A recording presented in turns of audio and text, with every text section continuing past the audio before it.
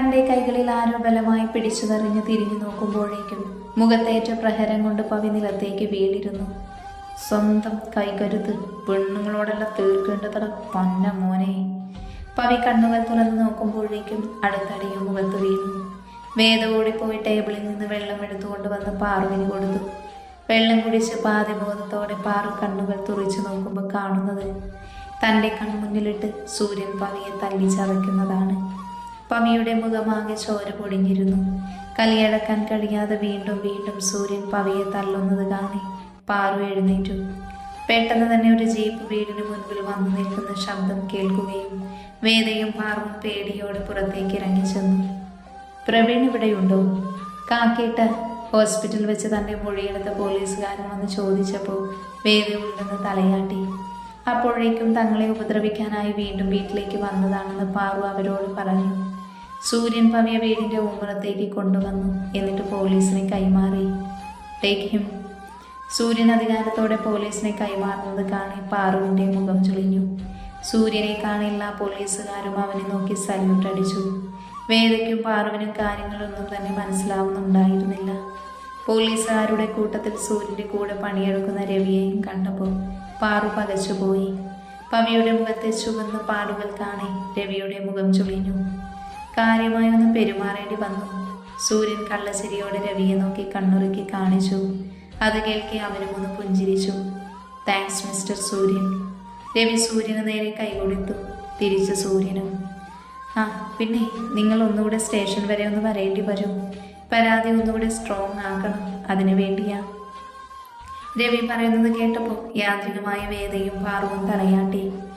അവൾക്കൊരു നിമിഷം എന്താണ് സത്യമെന്നും മിഥ്യയെന്നും അറിയുവാൻ കഴിഞ്ഞില്ല. അപ്പോഴേക്കും പവിയെയും കൊണ്ട് പോലീസ് വീട് വീട്ടുമുറ്റത്ത് നിന്ന് അകന്നു പോയിരുന്നു. കൂടുതലൊന്നും പറയാതെ സൂര്യൻ വീട്ടിൽ നിന്ന് ഇറങ്ങിപ്പോയി. ഒരു നിമിഷം ചിന്തിച്ചു നിൽക്കെ പാറുവിന് ദേഷ്യം വന്നു. അപ്പോൾ കൊല്ലനെന്ന് പറഞ്ഞ് കൂടെ കൂടിയവൻ പറ്റിക്കുകയായിരുന്നു. അവൾ സ്വയം മനസ്സിനോട് ചോദിച്ചു. ശേഷം അവനൊപ്പം പിന്നാലെ നടന്നു. അതെ, ഒന്ന് നിന്നേ. പിന്നാലെ ചെന്ന് സൂര്യന് കുറുകെ നിന്ന് പാറു.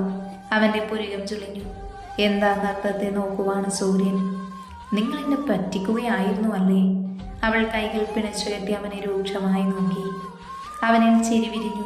കൈകൊണ്ട് മീശ ഒഴിഞ്ഞ് അവനും കൈകൾ പിണച്ചു കെട്ടി അവളെ പോലെ തന്നെ നോക്കി നിന്നു.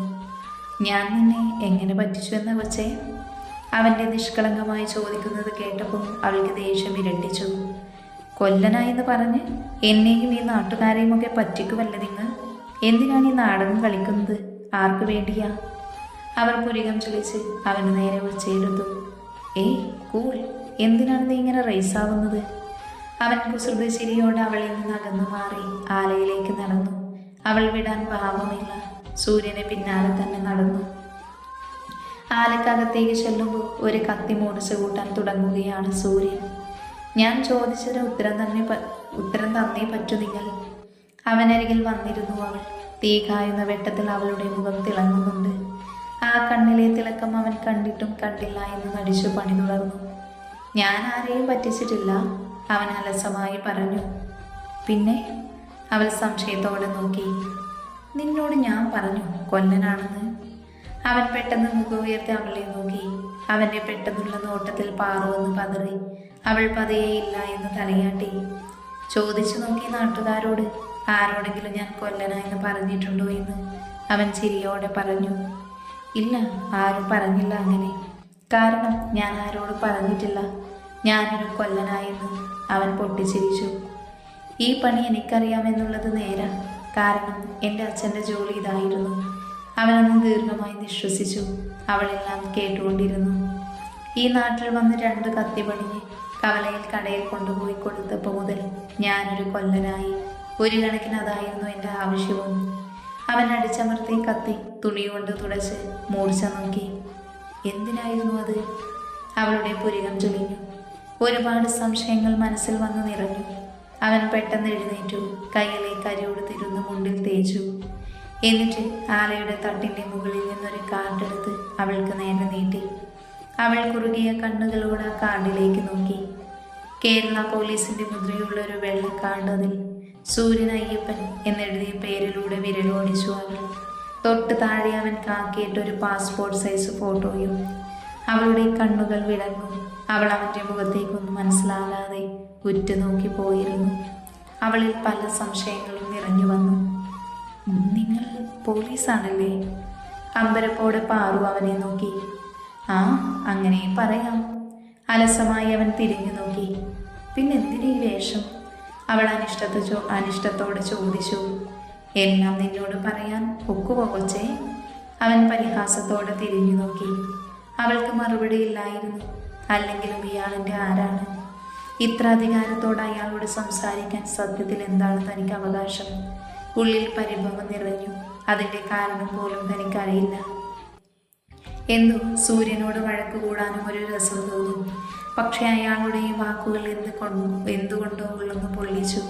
ഒന്നും മിണ്ടാതെ ആ കാർഡ് അവിടെ തന്നെ വെച്ചു. ഇനി നിങ്ങൾ ചോറും കറിയെന്ന് പറഞ്ഞു വാ, പച്ചവെള്ളം ഞാൻ ഉണ്ടാക്കി തരില്ല. വീറോട് അവനെ നോക്കി പെറുപെറുത്ത് തിരിഞ്ഞു നടന്നു. എന്തെങ്കിലും പറഞ്ഞായിരുന്നോ? അവൻ പിന്നിൽ നിന്ന് വിളിച്ചു ചോദിച്ചു. എനിക്ക് നിങ്ങളെ ഇഷ്ടമില്ല എന്ന് പോകും വഴി ഉറക്കെ വിളിച്ചു കൂവി. ഓ ആയിക്കോട്ടെ.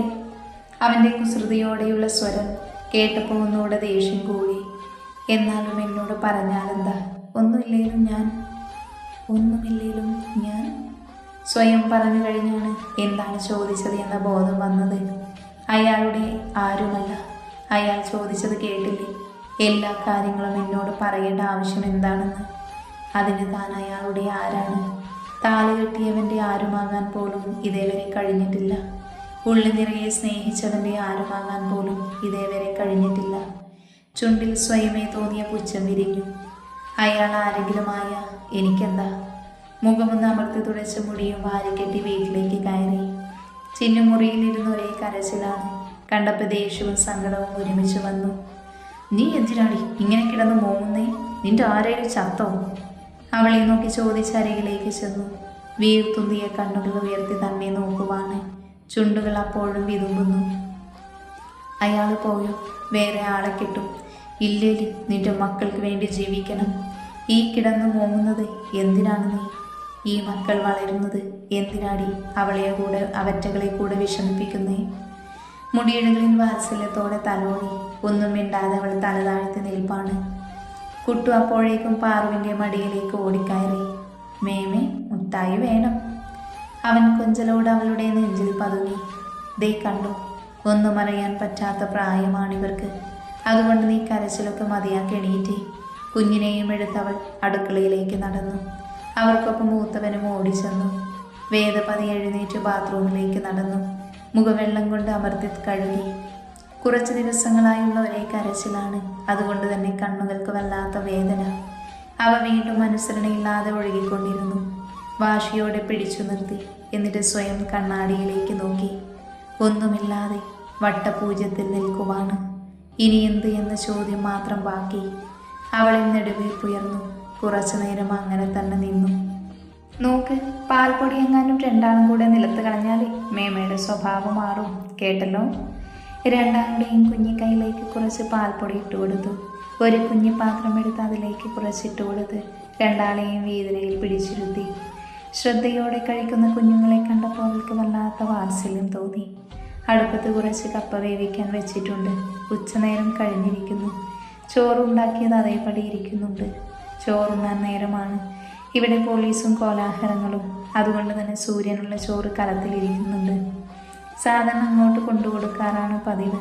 ഇന്നിപ്പോൾ കൊണ്ടുപോകാൻ സൗകര്യമില്ല. വേണേ വന്ന് ചോദിക്കട്ടെ. ഓരോന്ന് ചിന്തിച്ച് നിൽക്കുമ്പോഴേക്കും കപ്പ വെന്ത് വെള്ളം തിളച്ച് മറിയുന്നുണ്ട്. കപ്പ വാങ്ങിച്ചു വെച്ചിട്ട് കുറച്ച് ദിവസമായി. അച്ഛൻ മരിക്കുന്നതിന് മുൻപ്.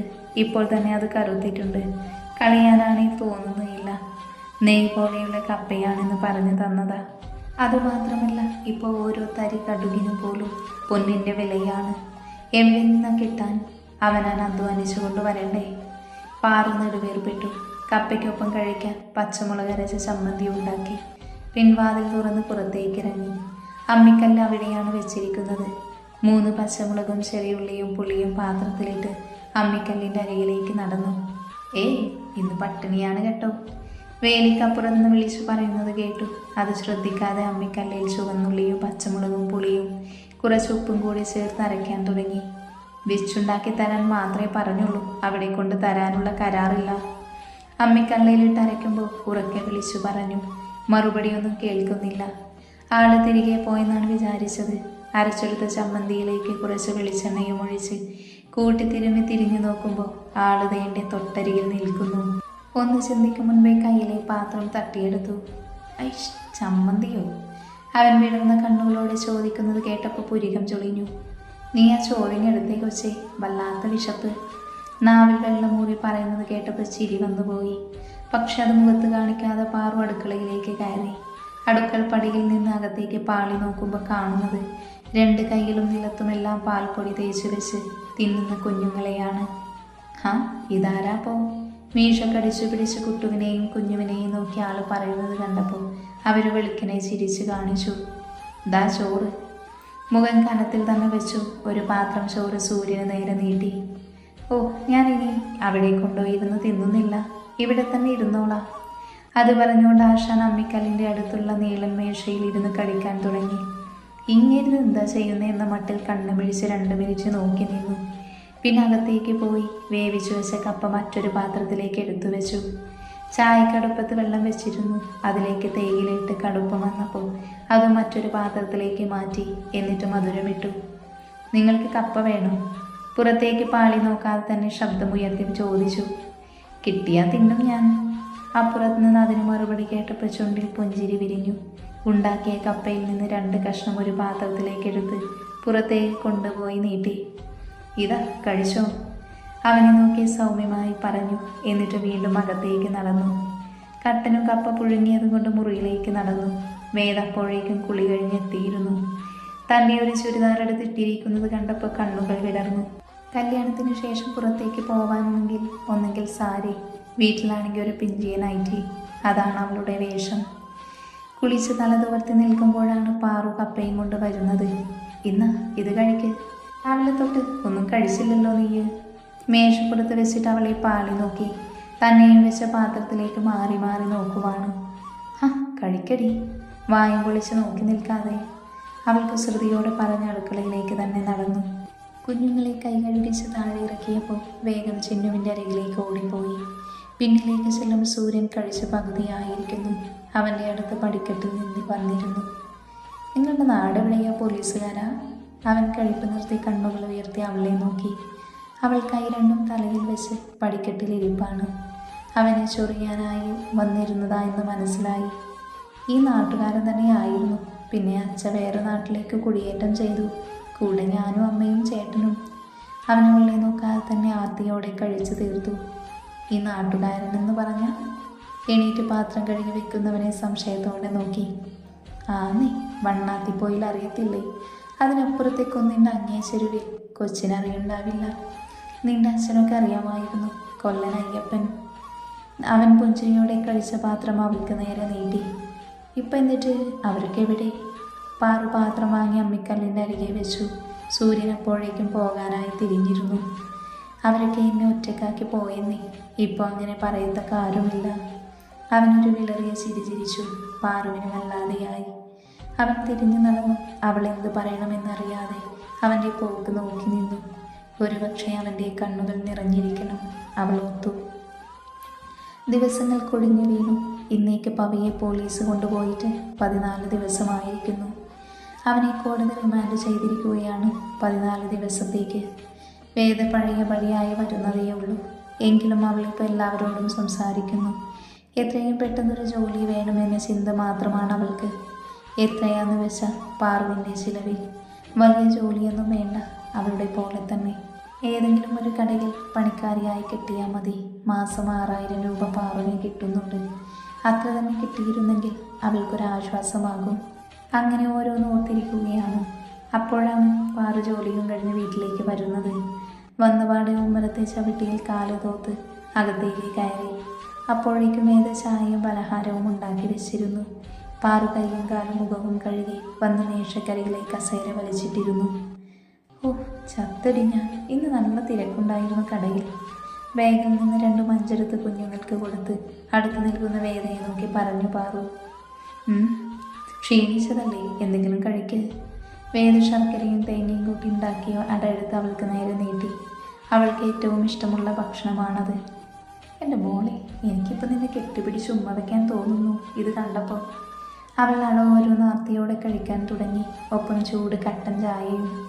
ഓരോ വിശേഷം പറഞ്ഞിരിക്കുമ്പോഴാണ് പുറത്തൊരാളനക്കം കേട്ടത്. വേദ സംശയത്തോടെ പുറത്തേക്ക് ഇറങ്ങി നോക്കി. പോസ്റ്റ്മാനാണ്. അയാൾ കത്ത് അവൾക്ക് നേരെ നീട്ടി. പാറുവിനുള്ളതാണ്. വേദയ്ക്ക് ചിരി വന്നു. അവൾക്ക് മനസ്സിലായി പാറുവിനെപ്പോഴും കത്തയക്കുന്ന ആളാണെന്ന്. പോസ്റ്റ്മാൻ പോയപ്പോൾ പാറു പുറത്തേക്ക് വന്നു. ആരാടി? പാറു സംശയത്തോടെ ചോദിച്ചു.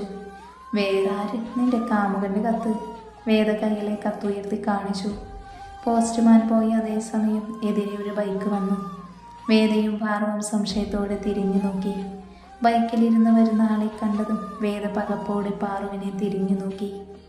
പവിയേട്ടൻ? പാറു അയാളെ കാണെ പേടിയോടെ മുഴിഞ്ഞു.